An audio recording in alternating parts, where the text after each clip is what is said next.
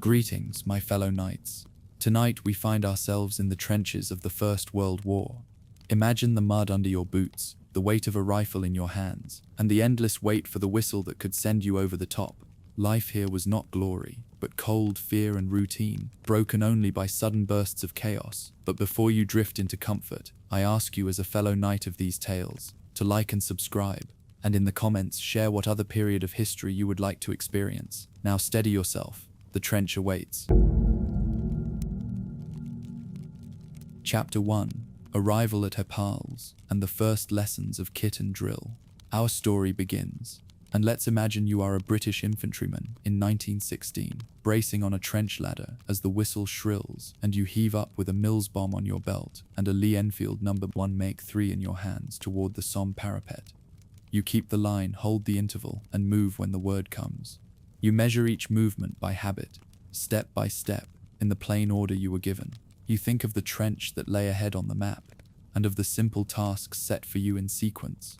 But that will happen later, because you had first arrived at Etaples Depot, drawn a Brodie helmet and 1908 pattern webbing, and learned to lace your puttees. You had landed to the routine of a depot that managed men by lists and timings, and sent them forward in drafts as needed. You had been given a number in a ledger, a cot in a hut, and a place in a squad that learned the drills again. There were neat stacks of crates, boards that marked companies, and chalked notices that fixed the cadence of each day. There were forms to sign, questions to answer, and equipment to draw in the right order. The larger business of the front seemed distant then, parceled into steps you could follow without haste. It was June 1916 at Etaples, beside the Channel, and you were set into a draft of replacements for an infantry battalion. You rose on the set hour and turned out by the board that gave the day's plan, and you marched to the square for parade in files of 4. The instructors shaped the morning by close order drill and by rifle movements until each turn met the book. The afternoon went to lectures on fieldcraft, signals, and the duties that kept a platoon steady when it reached the line. The evening brought kit checks, record cards, and the slower talk that made new men plain to the older hands. The air by the dunes smelled of salt, and it hung in the huts even when the doors stood open. You traced your name on a label, tied it to your valise, and kept your small book in the left breast pocket as told. You practiced forming ranks, stepping off on the left foot, wheeling by sections, and halting without a muddle. You wrote a short note home on the issued paper and folded it with the address set neat and steady. You learned the habit of checking the notice that set tomorrow's program so you could prepare your gear before turning in. Your rifle came from the rack with a chit, a Lee Enfield No. 1 Make 3 with the number entered in your book and checked by an instructor. You learned to ease the bolt, check the chamber, present for inspection, and sling it safe on the march. A corporal showed you the 1908 pattern webbing laid empty on the ground like a map, and he had you fill each pouch in turn. He made you recite what went where, from the pull through an oil bottle to the 5-round charges, until the order ran smooth. A Brodie helmet came out of a crate, its rim wide, its strap set once adjusted, and you stowed it on the peg above your cot. You learned the lacing of puttees from a patient hand beside you, starting above the boot and crossing steady to the knee. You practiced fixing and unfixing the bayonet by numbers, and learned to keep the scabbard from swinging loose on a run. When you stripped and cleaned the bolt for the first time, the gun oil left a thin film on your fingertips that stayed until you wiped it away. You checked your mess tin, canteen, housewife, and the rest of your kit by list and brought each item to a dull order. You placed spare socks in the pack, tied your ground sheet tight, and made sure the entrenching tool head sat behind your right hip. The days formed a line you could count, each marked by a paraded start, a block of drill, and a block of musketry. On the range, the black bull on the target showed clear against the bank, and you cycled the bolt by habit as you settled into the prone. An instructor paced behind and called out the timings for 5 rounds slow and 5 rapid, and you kept to the pace. In the bayonet trench you stepped, lunged, withdrew, and sidestepped by numbers, until the course became part of your stride. The bombing shed introduced the 36M you had heard called a Mills bomb, and you learned to clutch, pull, lob, and count steady. You moved through a dummy trench with traverses and bays, learned how a fire step ran along a parapet, and where a sentry stood in a calm hour. A thin manual on field signals went into your pocket, and you practiced hand signs until they rose without thought. Fatigues filled the off hours, so you heaved coal, stacked rations, and scrubbed boards with a brush until the tasks came easy. When a man beside you wavered under his pack, you took a corner of the load and kept the line close. By night, you laid out your gear again, squared the blankets, and checked the morning's list for any change passed down the line. After a fortnight, the motion of the rifle and the webbing settled into a pattern so you could make each shift without thinking first. The manual words turned into plain habit, and the pages stayed on the shelf while your hands did the work in order. You learned how your pack balanced when worn, and you learned the space of a platoon by the count of paces between men. A comrade beside you wrote less about home and listed more of the small checks that kept life steady, and you matched that tone. You packed your mess tin in the same corner, rolled your socks the same way, and lined spare chargers in the same pouch. The regular brew-up at the end of training tasted strong and simple, and you drank it without hurry. It mattered because routine kept men calm when the schedule broke, and you had already known timetables to change with one new order. When the instructor said the draft list would post before noon, you packed your kit with the same care as any day. It was clear that the depot made you ready for small tasks done right, and that those tasks would join together when you reached the line. There was no talk of plans beyond the next move, but you understood that the next move would take you closer to the road that ran toward Albert. The day the order came, you stood by your packed kit and waited while the corporal checked names against the roll. You fell in by sections, lifted your valise to the wagon, and kept your rifle slung with the muzzle down as instructed. A lorry rolled into place with canvas bows and wooden benches, and men climbed up by the tailboard in steady turns. The driver settled at his seat, a sergeant counted once more, and you took your place with the pack between your knees. The engine gave a low rumble that stayed even as the gears took the load and the wheels began to turn. You kept your kit steady and your hands fixed on the pack as the lorry eased forward out of the depot gate. A man on your left shifted to make room, and you moved an inch to share the bench without words. The road took the convoy past huts, then a siding, then the last fence, and you marked each change by the count in your head. You knew the depot would be behind you soon, and the reserve line would be the next place to learn a new rhythm. In that calm, you set your thoughts in order for the first night in reserve that waited ahead. Chapter 2. First night in reserve, near Fricourt. You were in the back of a lorry, as the road out of Etaples unrolled behind you. The canvas tilt sagged over your Brody helmet as you steadied your kit between your knees. Your 1908 webbing sat right after the instructors had checked the straps, and you kept one hand on the Lee Enfield across your lap. Ammunition boxes were stacked near your boots while a comrade beside you shifted to make room. The driver leaned forward over the wheel, and a corporal riding tailboard watched the convoy spacing. You thought about the drill yard and the shouted steps, and you knew the day had turned from training into service. You checked the rifle's safety and bolt as if the instructor still stood over you, and you worked the bolt without thinking. The ranks of lorries stayed steady through turns and halts as the route signs came and went. The engine kept a slow, even note. You rode on toward the line, while the map's square numbers ticked through your head. By late afternoon, you reached Albert and then rolled on to the reserve line near Fricourt. Guides led the lorry to a dump track, and you climbed down and formed up by sections. You were taken along a communication trench that ran neat and straight to a support bay. You noticed the smell of creosoted duckboards after rain. A man ahead set a steady pace and called each turn by the trench sign nailed to a post. You were shown a dugout entrance cut into the side and told your platoon would take its stand to hear. Packs were slung off in the bay, and rifles were stacked by the fire step under a ground sheet. A short briefing set out sectors and relief times, and the company runner took notes against a folded map. You learned the password for the night and the route for ration parties to reach you without delay. The reserve line lay removed from the front by a short march, yet it stood like the edge of a task already begun. You settled into the routine with stand-tom at dusk, then again at first light as orders laid out. You checked pouches, adjusted the 1908 webbing straps, and made sure the water bottle sat tight in its carrier. Your Lee Enfield lay across your knees while you drew a pull-through and flannelette to clean the bore. You eased the bolt, wiped it with an oiled rag, and placed a spare striker in the small tin in your pocket. A comrade beside you ran a quick inspection along the stack, and a corporal marked down any missing items on a slate. Rations came up in a Dixie, and you took a mess tin of tea that had a bitter, strong taste from long boiling.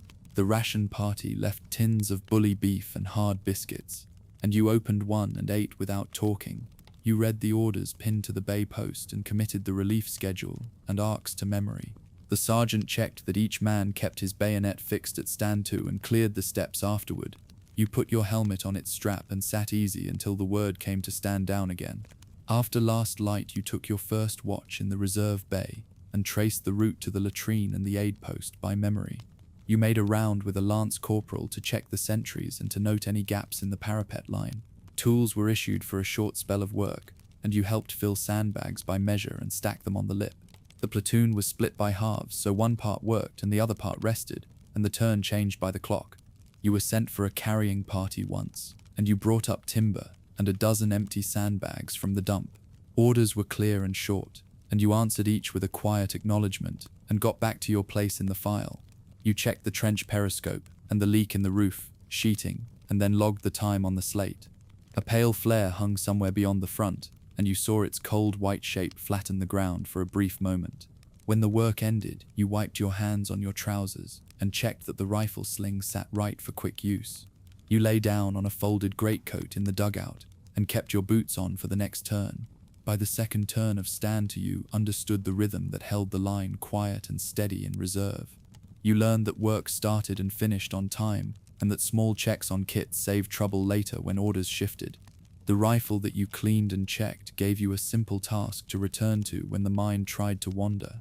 The webbing that you adjusted at intervals settled into the shape of your body so that its weight seemed part of you. A comrade beside you said little, yet his steady breathing reminded you that each man kept the same simple duties. You took a moment to count spare charges, to clear the bolt face of oil, and to make sure the oiler was closed. The stock sat against your palm with a smooth, firm touch that made the rifle feel like plain work rather than burden. The day's order sheet said that night work beyond the wire might be called, and you noted the tools listed in the margin. You folded the paper into your paybook and fixed in your mind the trench map and the sap that ran forward from your bay. It all mattered because small tasks kept you ready to move when new work came without fuss. As the hours passed, you kept your place in the routine and waited for the next set of orders to arrive. The word came that you would stand down until midnight and then provide a party for work forward of the sap. You wrapped your ground sheet, checked your kit, and slipped a pair of wire gloves into your haversack. A runner came by with the final timings and a simple list of what to carry and who would lead.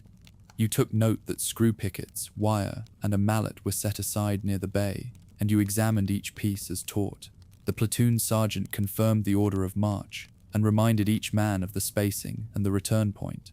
The dugout roof held back a steady faint patter that measured the time until you were called again. You lay still on the board shelf and kept your boots on, with the rifle where your hand would find it at once. The reserve line rested behind you, and the front lay a short walk away along the sap and the communication trench. You breathed slow and even, and you were ready to rise when the word came to go out to the night work beyond the wire. Chapter 3: Wiring Party in the Dark. You left the reserve bay after stand 2 had passed, and took your place for the wiring party. Orders had come down after dusk, and a corporal had counted off 10 men for the job. You slung your Lee Enfield, checked the pouch with spare clips, and shifted the coil of wire that lay against your shoulder. A comrade beside you tucked a bag of screw pickets under his arm, and another carried the T-handled bar to turn them. The party moved by file along the traverse, keeping intervals by habit and the memory of the trench map. You stepped past the saphead, where a listening post crouched with a field telephone and a notebook for signals. In your pocket you kept a small pair of pliers and a length of binding, and in your hand you held the cutters on a short lanyard. The sergeant ahead set the pace with a raised palm when the ground opened out toward the apron that needed mending. You breathed slow, kept your kit tight, and marked the place where last night's work had left a gap. The only sound had been the slow rasp of your soles on the duckboards as you moved toward the sap. It had been just after midnight when you reached the forward sap that ran out from the line near Fricourt. The sap had been a narrow cut with revetments of woven hurdle and short stakes, and the Turk's head at the lip showed where the last party had paused.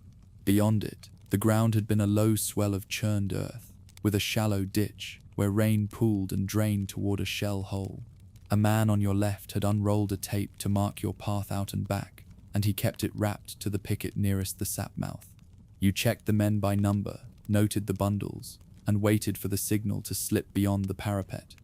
The aim had been simple, because you had to add 2 belts, mend a tear in the apron, and pin down a loose strand. You carried your bayonet fixed but covered, and you kept your tin hat level as you eased your weight off the broken clods. The sergeant had pointed where the map showed the boundary with the next unit, and he sent a pair to test the ground before you. You moved in short bounds, halted by the marks of minutes on a wristwatch, and kept your rifle clear of the coils. There had been a smell of damp chalk from the cut face of the sap as you set your belongings down on the lip. The work had started with the screw pickets, because they went in without hammering and saved time. You braced a knee, set the first twisted iron in the mud, and used the T-bar to wind it down until the eye sat at your belt line. A comrade beside you handed along the next, and you lined them by the tape so the belt would run straight between stakes. You passed a coil to the man on your right, took his cutters for a moment, and freed the end that wanted to snag on everything in its path. The sergeant had kept the interval steady, and he held 2 men in reserve to watch the flank and to bring forward more coils. You paid out the concertina with both hands, eased it over the pickets, and bound the loops to the eyes with 3 turns and a twist. When a strand kinked, you held it against your thigh, breathed steady, and worked the barb clear of the binding. The cold bite of the wire through your gloves had marked each pull, but the work held steady when you kept the coils at your toe.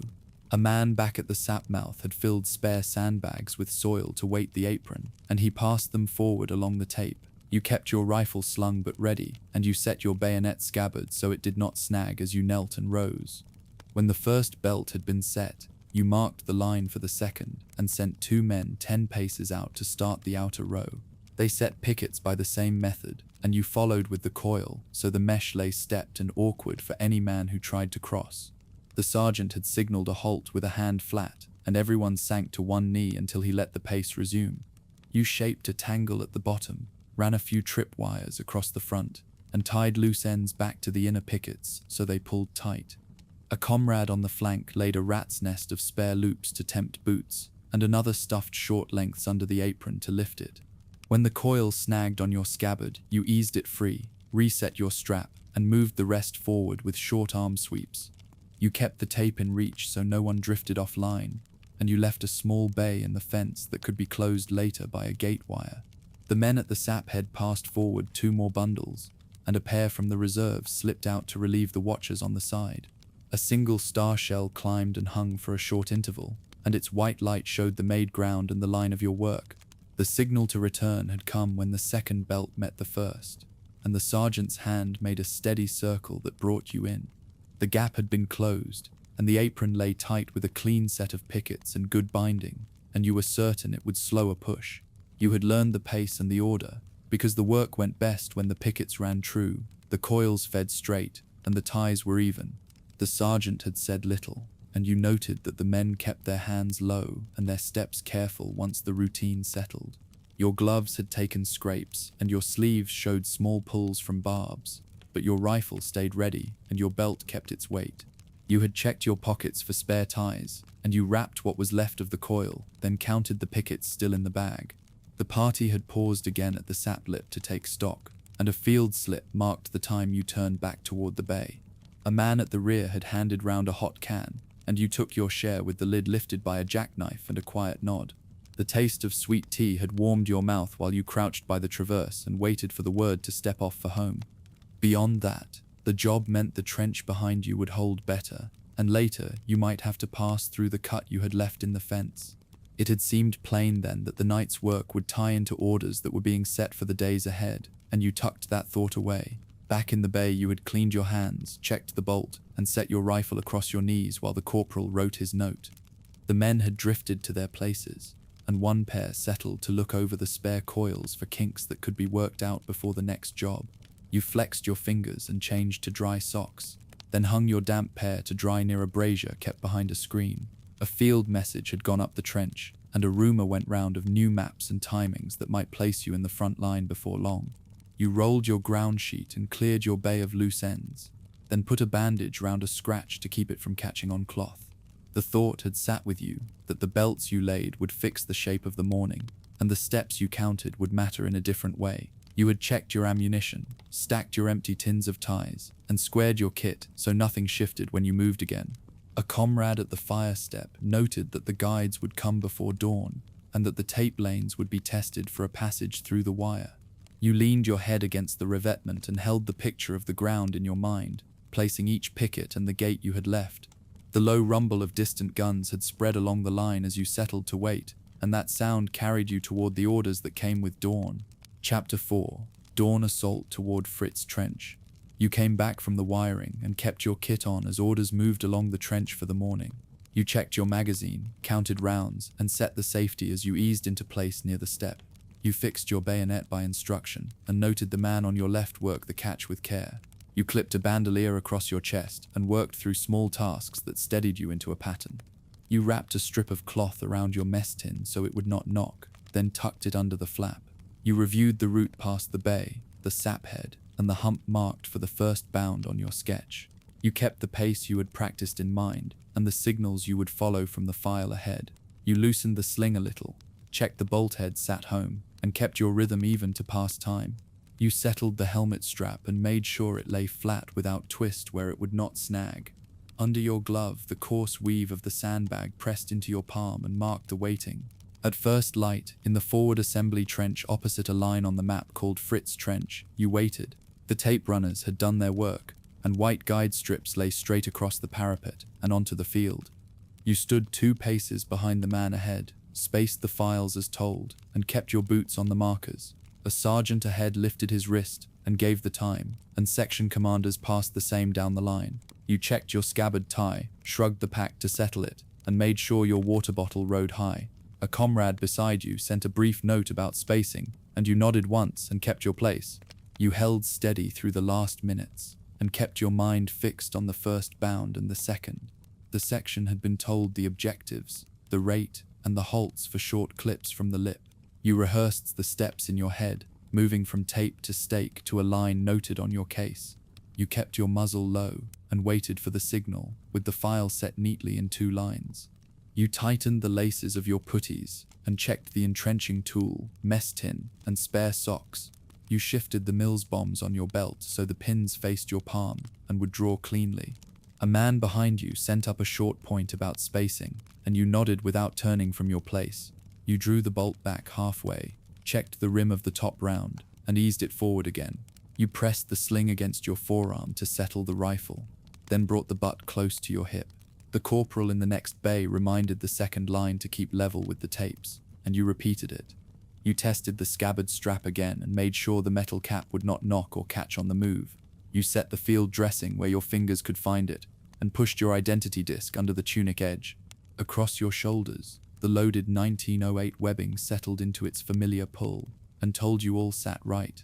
You bent your knees a little, eased your grip, and let the weight before work stretch plain and ordinary. The signal came, and you climbed the step, crossed the parapet, and dressed on the tapes without breaking intervals. You moved in 2 lines, each file holding place, and you counted paces in your head to keep the rate. The creeping barrage walked ahead at roughly 50 yards a minute, and you balanced your stride to it. At the first bound you halted, dropped to one knee, and fired short clips toward the marked trench.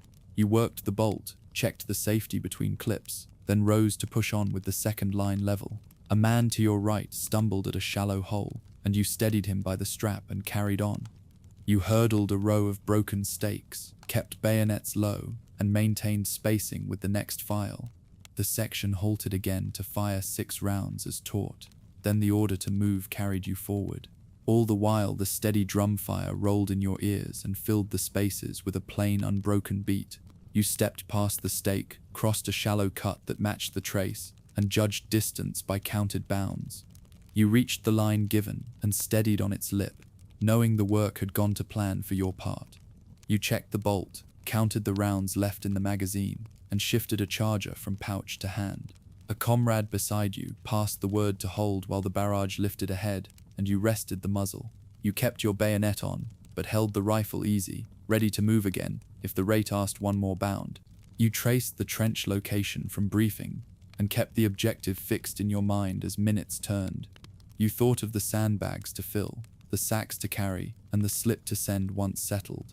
The little ritual of checking kit and posture went round again and brought a small steadiness to your hands. Around the open bolt and at the muzzle, there hung the smell of hot oil and propellant after firing. You used the halt to shake earth from your boots, to count heads in your file, and to bring up the second line. You knew the day would ask for more carrying than firing, and that thought made the next steps plain. You considered the steps that brought you from the tape to this line, and set them in order in your mind. You kept your rifle low, your bayonet steady, and your thoughts on the next task that would come with orders. A sergeant ahead raised a hand for caution, and the files settled without fuss into shape for the next move. You thought of trench tools slung at your sides, sandbags folded flat, and wooden frames to shore a rough wall. The push had been a sequence kept by pace and rule, and that thought set a calm order across your mind. You ran a finger along the charger pouch, checked the string on your grenades, and tucked the waterproof tighter. A man behind you offered a spare charger, and you shook your head and kept your place for the next count. You made a small note in your head about the field slip to send and the short message to pass when settled. On your tongue there lay a fine grit like ground chalk from earth turned by guns, dry and simple and plain. You let that small taste mark the end of the advance and the beginning of the next work, then moved to begin it. Chapter 5. Consolidating the new line. You crouched on the churned lip of the trench you had reached when the push finally eased. The barrage had rolled ahead, and the officers had raised arms to hold you where you were. A man with a Lewis gun had slid in beside the revetment, and you had taken a knee to cover his flank. The ground had been uneven, and the lip had needed shaping, so you began to pull a shovel from your webbing. A corporal ahead had signaled for sandbags, and hands along the line had passed them from man to man in a steady rhythm. You had worked your bayonet scabbard clear of the shovel haft and started to scoop, keeping your profile low. The spoil had piled in a rim, and you had trimmed it into bags while a comrade handed ties. Over the crest you had counted the distance to where the barrage wandered, then gone back to the simple job at hand. You heard the big guns move away like a cart crossing a far bridge, steady and deliberate beyond your task. After that, you set the first filled bags along the top and made a firing step that matched the section's spacing. By mid-morning, you held the forward edge by the map square, where Fritz's trench had been set down in neat letters. The platoon had spaced along the new lip, each bay marked by a step and a few stakes driven in. A sergeant had paced behind, checking intervals and reminding you to keep heads low and rifles to hand. You had counted clips, checked a Mills grenade in your pocket, and put a spare under the ledge near your knee. On the left, a man had set a bit of wire as a guide for sectors, so fields of fire kept clear. The nearest traverse had been widened to break any blast, and a plank had been slid across a low slot. A runner had come along with a note from company, and you had read the line about no advance beyond the tape. You had folded it and handed it back so he could carry it on to the next bay in turn. You smelled the sharp tang of chalk dust and propellant that hung above the bags in a faint cloud. After that, you kept your part of the lip steady, clearing loose spoil from the step and setting 2 more bags. Work had settled into a plain routine once the first hurry had passed along the line. You had cut the tops from sandbags, tied corners, and built a parapet 3 bags high where the lip needed it. A man behind had filled with an entrenching tool, and you had tamped each layer so the wall kept its shape. Empty 36 mils bomb tins had been gathered from pockets and haversacks, and you had stacked them in a tidy column. A corporal had said salvage would want them, so you had wiped the labels and nested lids with a quick check. A signaller had given you a field message slip, and you had printed the map square, the time, and the number of rifles. You had added a note about wire gaps to the right, and a possible post beyond a shell hole. That slip had gone to a runner, who had set off along the shallow scrape that served as a path. The Hessian of the sandbags had rasped your hands through the gloves while you hauled and settled them into place. When the parapet had stood to shoulder height, you had cut a neat elbow for a firing notch and passed the last bag back. Once the parapet had been set, routine had shifted to small tasks that made the place livable and firm. You had taken 2 men and fetched short pickets from a smashed hurdle to brace the traverse that sagged by the step. Another pair had laid a few boards over the worst ground so the runner's route kept passable when the next message came. A lance jack had come up the sap with a Dixie swinging from a pole and had set it on a flat spot. You had queued along the bay with mess tins in hand, and your turn had come with a nod from the server. Mekanoki stew had slid into your tin, thick with bits of potato and meat, and a ladle of tea had followed. You watched steam curl above the tin in the grey light. A water can had been passed, and you had topped up your bottle and slipped a tablet in for safety. After rations, you had checked rifles along the bay, wiped bolts, and kept the muzzles clear of the fresh work. Then you had taken a short turn as sentry on the step, while the others settled to their tins along the traverse. When the rush of work had evened out, you had reckoned what the morning had brought you in plain terms. The lip stood higher than when you had arrived. The firing step ran along 3 bays, and the traverse sat stronger than before. Empty tins waited for salvage. The message slip had carried your note back, and the numbers of rifles had been counted twice. A new arc for the Lewis had been cleared. Fresh stakes marked a line for wire, and the runner's path kept open. From small pieces like those, the position held steady, and your section could meet whatever answer the other side chose to send. You tasted the flat sweetness of tea and the tinned stew, and it steadied your thoughts. The slip you had sent would mark these gains on some map behind, and a reply might return with new tasks. A sergeant passing along had spoken quietly about a small job after dark, said only that a gap would be needed somewhere ahead. That hint had settled in the section without talk, and each man had gone about his part with the steady ways of habit. You had checked your wire cutters, set 2 mils bombs within reach, and folded your mess tin away to leave your hands free. As evening drew on, you kept the line tidy and saved strength for what might come. Stand 2 had been ordered for the usual time, and rifles had been checked again in quiet sequence along the step. You had moved from sentry to reserve and back by turns, counting off minutes and thinking through the simple drills once more. A man on your left had gone over the same checks with his kit, saying little and keeping his gear in neat order. The bay had held steady and plain, and the parapet had stood ready for a long night if that was asked.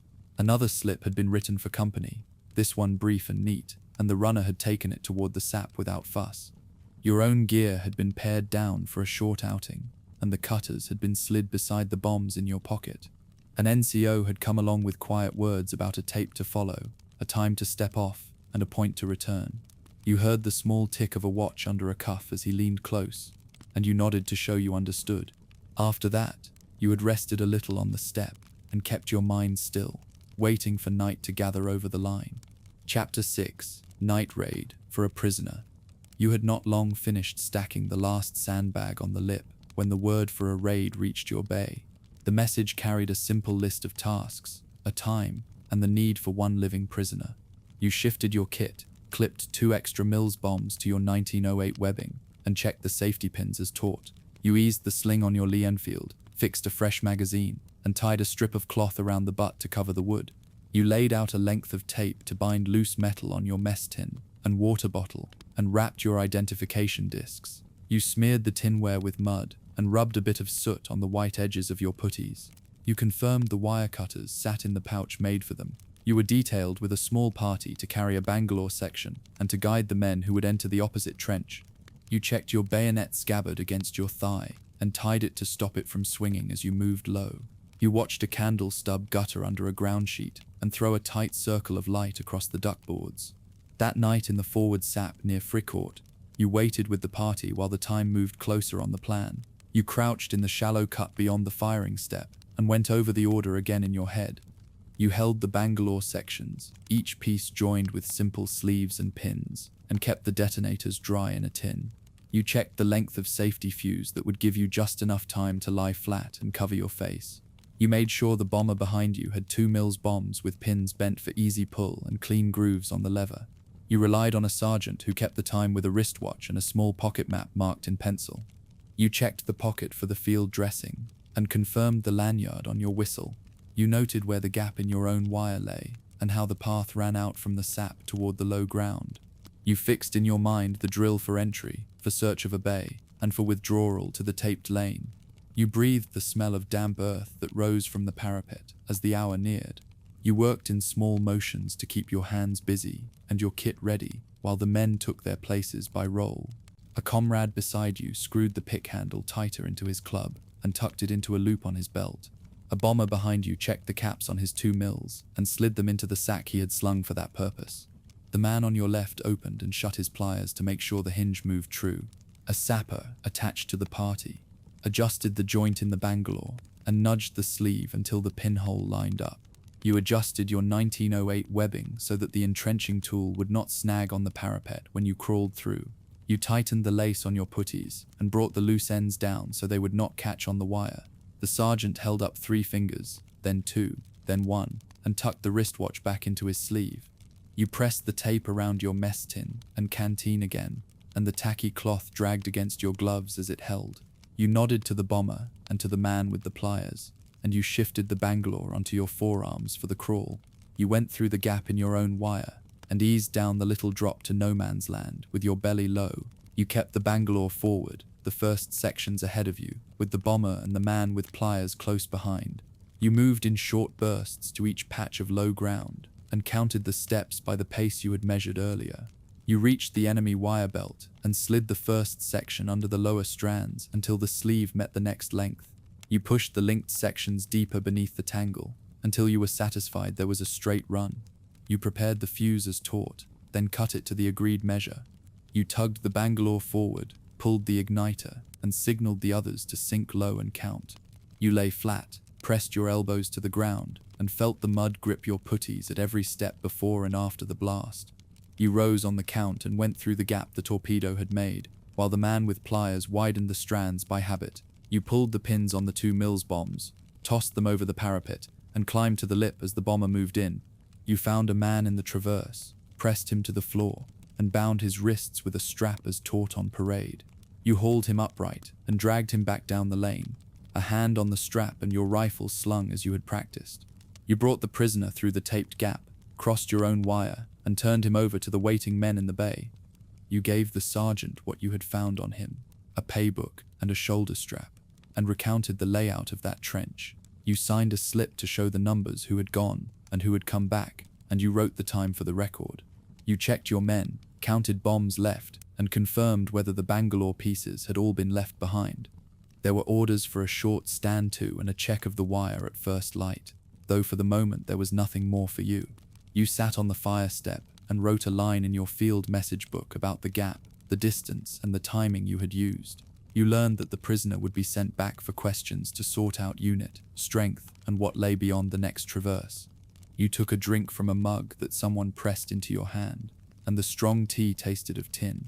You tightened the strap on your helmet, eased your shoulders, and let the steady pull of a long night loosen by degrees.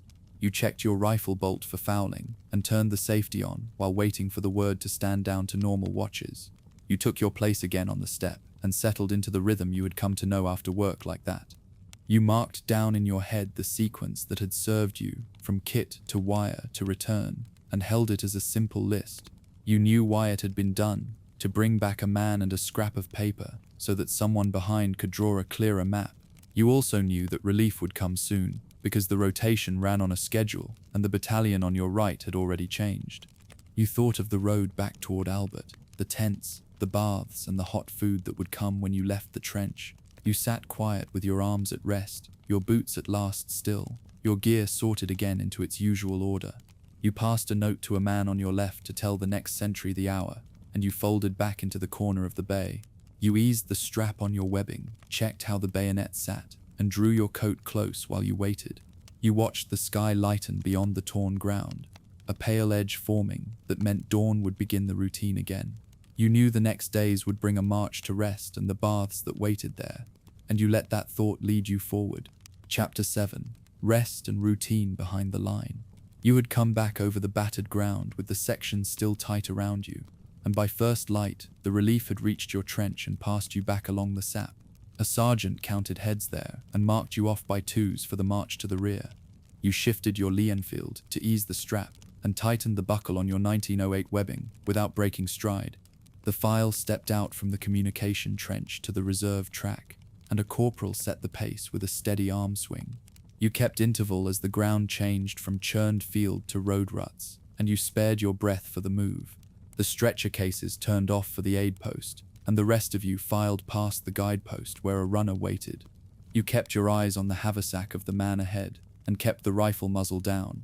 The road bent toward the town spire, and the column leaned into the slope as if it were one body. You passed a limber that stood by the verge, and then a fatigue party that shifted boxes by hand. Only the faint clack of entrenching tool heads on webbing broke the steady shuffle. By afternoon, you reached Albert and filed into a rest camp set outside the town near the rail line. You were guided by signboards to the divisional baths and to a delousing shed where a corporal with a slate took names. You gave your number and handed over your tunic, trousers and blanket to an orderly who bundled them for the disinfector. You kept your boots, cap and identity disc and were given a towel and a ticket. You were told to keep the line moving, and you moved from one chalked mark to the next as more men came in behind you. You saw a stack of wooden crates stamped with the company letter and a stack of clean shirts arranged by size, and you waited until the clerk pointed you on. You carried your mess tin along the path to the YMCA hut and heard someone call the next group to the baths by section. You stood at a trestle to sign for fresh socks and tucked them into your haversack for later issue to yourself. You were then directed to the kit room to reclaim after the steam cycle and warned to check buttons and seams before you left. The air carried a sharp carbolic reek. You went into the bathhouse when your turn came and followed the posted plan that hung near the door. You placed your boots under a bench, set your rifle to the rack with the bolt open, and folded your towel across your forearm, the way the orderly asked. You took the cake of soap and the brush, and worked from neck to wrist in the set order, then from chest to waist, then down each leg so you did not miss a patch. You checked the seams of your shirt for lice and pinched what you found into the scrap bucket as instructed. You rubbed the soles of your feet and spread your toes and checked for blisters that needed addressing. You laid your old socks aside and rolled the new pair before stowing them in your haversack. You collected your clothing at the far door where the delousing crew handed out the bundles, now dry and tagged. You buttoned back up, looped your braces, and eased your webbing over your shoulders before taking your rifle off the rack. You walked to the hut and wrote a short line on a field card to say you were well and in rest, and you posted it with the others. The heat of the bath had rested into your skin and left your limbs loose for the first time in days. You settled into the camp routine that ran by the board and the whistle, and you kept to it without fuss. You formed up by platoon at reveille, stacked rifles by threes, and answered your name when it was called. You ate your ration, rolled your blanket, and shook out your ground sheet before the morning parade. You scrubbed your mess tin, scraped your boots, and rubbed whale oil into your feet when ordered to do so. You followed the march out along the road for a training walk that brought your step back to a regular beat. You turned about at the marker and came back to drill, then to a lecture under a canvas where an officer spoke about movement, wire, and keeping your kit in order. You checked your rifle, pulled a pull-through with clean flannelette, and oiled the bolt before reporting to the armorer's bench for a quick look. You brought your webbing to a table where a corporal checked straps and pouches and sent you to the cobbler if a hole needed stitching. You stood a pay parade, signed for your coins, and put a shilling aside for the next parcel you hoped would come. The bugle set the hours and cut through the day at each turn. You looked back on the march-in and the baths and saw how the rhythm had put you right for the next stretch of work. You had new socks, a clean shirt, and a rifle that moved smooth, and the lice were thinned from the seams. You had checked your boots and had the heel reseated so the tread would hold when you went forward again. You had written home and kept your words short and plain, and you had read a slip of news from a parcel table without thinking beyond it. You had stood under a lecture about gas and heard that a new pattern mask would soon replace the old hood, and you were told to expect more practice. You had looked over your mates in the line and seen the same heavy posture ease from their shoulders as the day went forward. You had watched a football game start up on the green edge of the camp and kept clear while you mended a strap with needle and thread. You had taken a turn on a fatigue to shift coal to the cookhouse and kept the scuttle filled so the Dixies could run on time. You had checked the contents of your haversack and marked off each piece as the list demanded. Then you had stowed it all again. The faint smell of new rubber from a crate near the orderly room told you the next drill would change your breathing gear. You lay that night on a plank bed under tarred canvas with your blanket pulled up, and you let the camp quiet settle around you. You had a full belly, dry socks, and a kit that sat ready by your hand, and you had no orders beyond the next parade line. You traced the day in your head and put each task in place and felt how the order in it held you steady. You heard a voice now and then from a nearby tent but did not mark the words, and you drifted back to the simple count of your own breathing. You knew the work behind the line had its own pace, and you had fitted your step to it without strain. You knew the forward line would claim you soon enough, so you kept your mind on the small things and left the rest to time.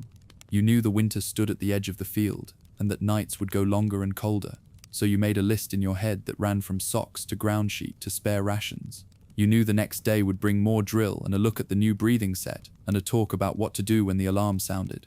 You knew the company would move again when the orders came, and you were ready to shoulder your place when it did. The cold touched your cheeks in the dark and kept you awake just long enough to think of the watches that would follow. Chapter 8: Gas Drill and Winter Watches. You left the rest camp with your section when the word came to rejoin the battalion after 2 easy nights under canvas. The march back went at an easy pace over hard roads and frozen ruts that guided the column in single file. At the transport lines you drew your rations and a new pair of mittens from stores with the quartermaster checking names. A training notice stood on the orderly board, and you read the line about gas drill in large block letters set for the afternoon. The quartermaster told you to bring all anti-gas equipment to exchange in the morning, and he stacked crates by the door.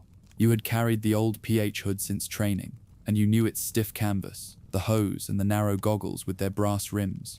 By noon you turned it in and received the small box respirator in a square haversack with a firm strap and neat stitching. A man beside you checked the buckle and showed how high the bag should ride when on alert, just under the left shoulder. When parade formed, you stood rank by rank along a hedge while an instructor pointed to a chart showing parts and timings. You smelled thin coal smoke from a brazier that burned under a sheet of tin near the stacked picks and shovels by the shed. It was December by the ruined sugar beet factory on the edge of the training ground used by the brigade. The place served as a marker for parades and for the drills set by the company, and it saved words on the map. In the afternoon, you carried a wooden rattle on a cord, because the duty fell to you according to the roster. The sergeant explained the signal for gas alarm and the number of turns you should give, and he made you repeat it. He gave the sequence for drill and the order for each bay, so the movement flowed without gaps. You kept the rattle at your side while the platoon stood ready in the trench, each man with his mask bag high. On his mark, you spun the handle and counted 6 heartbeats before the next part, as the notes had said. You heard its wooden clatter along the line as other men answered with their own. The instructor nodded once and wrote a note on a slate hung from his wrist, then walked the traverse to the next group. When the period ended, you hung the rattle on a nail in the bay and checked your strap and buckle again before dismissal. The new small box respirator replaced the old PH hood in your kit without fuss, and the exchange read like a step forward in the orders. An instructor took you through the pieces and named them in order from bag to canister, one by one, with a patient voice. He set the haversack high on your chest for alert carry and low on your hip for march, and he checked both positions. He showed the mouthpiece, the nose clip, the valve, and the way the tube should lie, and he warned against twists or kinks. You practiced donning in 6 seconds in a trench bay until the motion ran smooth and your hands moved on their own.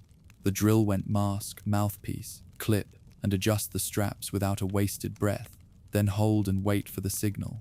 You felt the rubber mouthpiece tacky against your teeth as you bit down during the count, steady and exact. A comrade beside you checked your strap ends and you checked his in turn, keeping the web flat so it would not snag. Between runs, you folded the bag and cleared the tube with a single blow as ordered, then repacked in the same way. At dismissal, you rubbed the issue paste on the eyepieces and stowed the mask ready with the flap closed and the ties tucked. Nights on watch went by in a set round that did not change with the week, and the routine carried you through. Stand 2 came before first light, and again before last light, and the posts filled on time with rifles stacked by bay. Gas sentries kept their rattles and gongs at arm's reach with orders clear, and the captain inspected them at noon. Each pair in the bay kept 1 man ready to mask at once, and 1 to pass the word to the traverse and the next post. You kept Vermorel sprayers near the steps, and a tin of chloride powder under the shelf, with chalk marks to show their spots. Before dawn you marked the firing step with chalk, so each man knew his place by rote, and the sentry book held the notes. In the small hours you checked your mask case, your rifle bolt, and the plug bayonet, then paced the duckboards to keep order. You saw Frost feather the sandbags and the duckboards while the relief waited behind you, ready for the word. When the alarm drill began, you masked, crouched, and held still while a corporal timed it with a wristwatch. On release, you signed the report book and moved along to the next post as told, keeping the lane clear for the stretcher party. The days of drill and the nights of watch added up to a habit that steadied you, the same in rain or clear. You learned to keep the bag strap set, the nose clip close, and the rattle where you could reach it without fumbling. When a sentry tested the alarm without notice, you moved without hurry and saved your breath for the mask. Fewer mistakes showed in the book, and the company kept the routine plain and fixed, with small ticks on the margin. The meaning of the work lay in how the line held its shape even when the hours grew long and the tasks repeated. You knew the SBR would guard your lungs better than the hood, and that trust made your hands sure and tidy. Between watches you drank the tea, issued at stand 2 with the tin balanced on a crate near the dugout door. You tasted strong sweetness from the condensed milk that the cook had stirred into the tin, which sat on a trivet. There was talk of a move to a new front and of fresh plans being drawn at brigade for the early months ahead. The maps were said to be ready, and word of Arras passed from man to man in a calm way, like a line on parade. When orders came, you packed the mask on top of your kit and checked your rattle one last time before handing in keys. The path ahead lay toward a new sector and a fresh season of work, and the column formed on the road before dawn. You thought about the winter weeks and how the steady pace had worn an even track through the duties each day. The respirator drill had become a quiet habit, and the watch had settled into your bones as simply as sleep. You were ready to carry it forward without fuss when the ground changed beneath you and the ditches turned to cuttings. The last evening in that sector, you stood in the bay and reviewed the steps once more with a pencil list in your pocket. You noted the timings, the posts, and the simple orders that kept men aligned and calm, and you tied your bag high. You heard the far guns roll along the horizon in a slow, even way that did not rush you or call you on. After that, you lay down for a short sleep with your kit strapped, knowing a move would come in the morning. In the next place, you would set out tapes and lines again, and the winter practice would follow you there without change. Chapter 9. Laying tapes and standing to at Arras. You had come through the winter watches with the mask drill set in your hands when the order to move reached your bay. A runner brought the slip, and you checked your small box respirator, your webbing, and your rifle, and you made your kit ready for another road. At first parade, you fell in by sections, and a sergeant ahead counted heads and sorted files for loading. The lorries stood on the road near the support line, and you climbed aboard with your pack, entrenching tool, and rolled ground sheet. The engine droned as the driver gave the sign, and the column edged forward past dumps and repair gangs. A comrade beside you shifted his kit to square the space, and you balanced the rifle across your knees and checked that the bolt was carried safe. The move went by stages, with halts for traffic, short stretches on foot, and a march into a holding area fixed for your company. You kept to the timings laid down in company orders, and took your place when the guides turned off toward the billets assigned. By evening, you reached the assembly area and filed into a dugout marked for your company, stacking rifles and tools where told.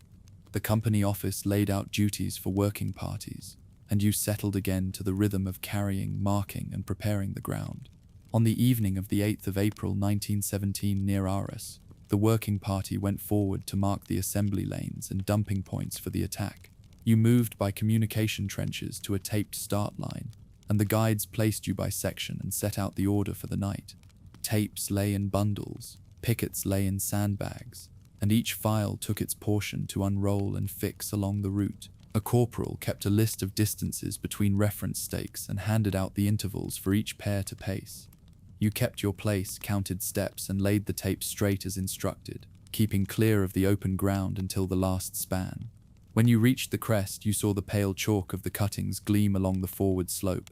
The line curved where trenches had been dug across old workings, and you edged it so that every platoon would find the lane without confusion. Orders had you note the position of the tapes at key junctions and record them against trench names and grid squares.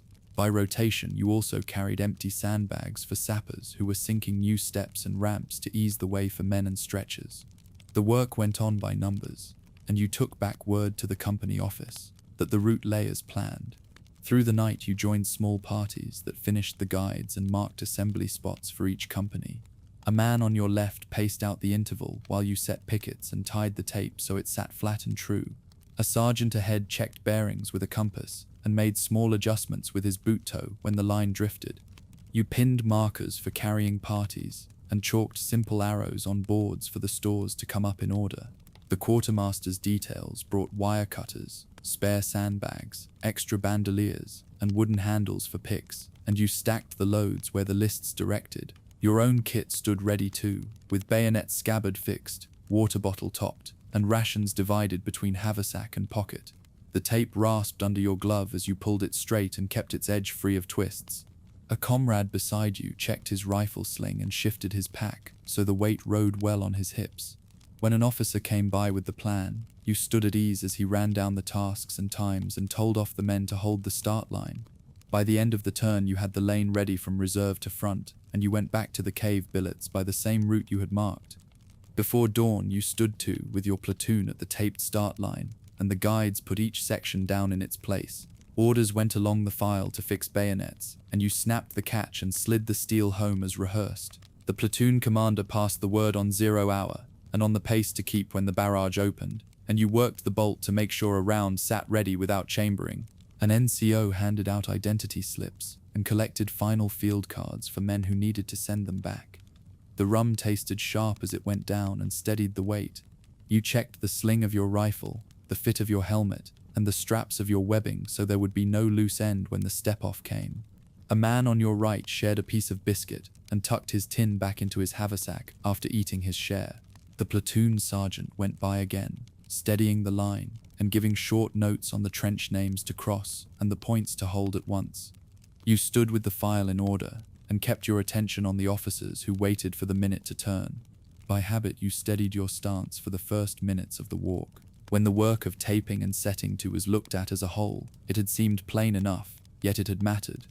The tapes kept units from drifting and kept carrying parties from crossing the assault waves, and that saved time and muddle. The pickets at the junctions gave you anchors to hold when turns came in night or when lines bent around old ground. The dumps in their fixed spots meant bombs, bandoliers, and tools would be found when needed without searching. The lists of trench names and grid squares kept the talk clear when orders moved from one section to the next, and no one had to guess where to go. The rifle bolts had been eased, the bayonets fixed for the first rush, and the respirators stood to hand on every chest. The oiled steel carried a faint, clean smell that told you the rifles were set. The guides knew their lane, and the officers had their watches set to the minute for 0. You held your place and thought through the steps that would follow in the morning, from stepping off to the first halt for consolidation. In that short pause before the day, the plan settled in your mind as a set of tasks to do in turn. Dawn on the 9th of April came on with the line set, and you held to the tape with your section when the minute arrived to move. The first steps forward followed the guides you had placed, and the plan turned from marks on paper to the steady sequence of feet and tasks.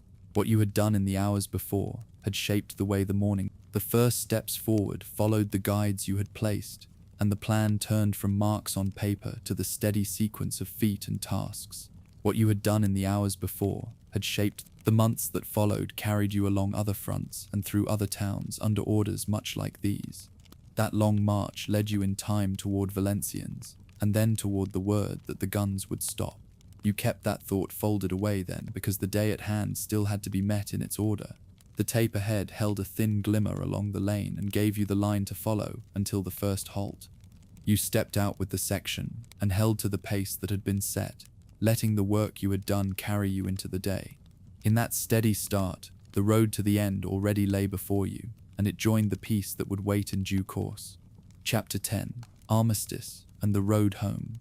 You had followed the chalk lanes and new tapes through another year until the road ran east toward Valenciennes. The company moved at an even pace, rifles sloped and packs settled close. You kept step by habit learned in long months on the line. A man on your left checked his strap and fell back in gently to the file. The sergeant ahead kept the march rate and passed back small hand signs. You counted mileposts as the file held to the crown of the road. A comrade behind you adjusted his kit and kept his place. You had been told this was the last push of marching before a spell in billets. The officers rode ahead and kept off the verges. The only thing that marked the day was the steady clack of hobnailed soles on the paving stones. It was the morning of the 11th of November, 1918, outside Valenciennes at the edge of a reclaimed trench by the canal. You had come up early and took a bay in the forward line as ordered. The duckboards ran firm where the sap had been shored with new timber. A runner came down from company with a folded message for the platoon. The word went along that the guns would fire until the 11th hour and stop. You checked your watch and set it against the officer's time. The order followed to stack rifles when told and stand easy. You moved by habit and cleared the bay for space to stack. A thin smoke from nearby chimneys reached the line and carried the dry smell of coal to your nose. You waited and kept the minutes in your head. The last hours before the time slipped by in small work that steadied your hands. You topped off your water bottle and wiped your mess tin clean with a rag. A comrade beside you fussed with a broken buckle and made it hold with twine. The man on your right counted the rounds in his pouch and buttoned the flap. You squared the entries in your paybook and folded it flat in your pocket. The corporal reminded the section to keep equipment tidy for relief. You rubbed a bit of grease into your boots and took a spare lace from your pocket. A steaming Dixie came up with tea, and you took a tinful and added a spoon of sugar from your tin. The first mouthful tasted strong and a little smoky from the brew, and it warmed your throat. You drained it slow and set the tin to the side. The minutes drew down until the officer called the section to attention. You eased the bolt, checked the chamber clear, and closed it on an empty magazine. The sergeant pointed to the duckboards and told the front files to make the first stand. You set the butt and used the piling swivel to link 3 rifles into a pyramid. The next files made theirs in a neat row, and the lane grew open and bare. Another order sent 2 men to the parapet as lookouts and held the rest easy. At 2 minutes to the hour, the gunners still sent rounds long, and the clock hands moved. You stood with your hands to your sides and counted the last moments. When the 11th hour came, you listened as the guns fell silent along the line. The stillness that followed lay over the trench, and the section kept its shape. The hours after the silence filled with orders that carried you toward a different kind of work. You signed for return of tools, boxed signal flares, and counted bandoliers into a canvas sack. A man by the traverse sketched the trench map for the records and fixed it with pins. You drew a hot meal from a field kitchen and ate without hurry because nothing pressed you forward. New papers reached you about demobilization groups, trades, and the order in which men would go. The platoon formed up and moved back through Valenciennes in small packets past broken carts and empty streets. You bivouacked near a rail yard, and later a train took you west toward a base depot. When the train paused at a siding in the dark, you stood near a brazier and watched the red glow hold steady in the wind. The group set out hopes about home stations, old jobs, and which ships would cross first. You held your kit and kept the new papers flat in your pocket as the plan for going home took shape. In the days that followed, you went by stages to the coast, then over the water, then on to a home station that had seemed far away. You answered roll calls, turned in steel hat and respirator, and kept your paybook and badge. The clerk at the table wrote your number, unit, and next directions and handed over a travel warrant. You found a seat by a window on a slow train and set your kit against your knees. A comrade across from you folded his greatcoat and laid it over his pack while the carriage rolled along. You thought of the ladders, the duckboards, the tapes, and the steady work that had filled the months. The weight of the Lee Enfield had left a shape on your shoulder, and the drill of the line had left its shape in your step. You reached into your bag and felt the coarse wool of your tunic cuff between your fingers and held it for a moment. The station ahead would open on a quiet road and a door you had known before the war. You settled to the motion and let the long line of days behind you join the new ones that waited, and the story rested there. And so, our time in the trenches draws to a close. The guns quiet, the mud fades, and the soldiers return to silence. Until our next journey together, rest well, dream deep, and good night.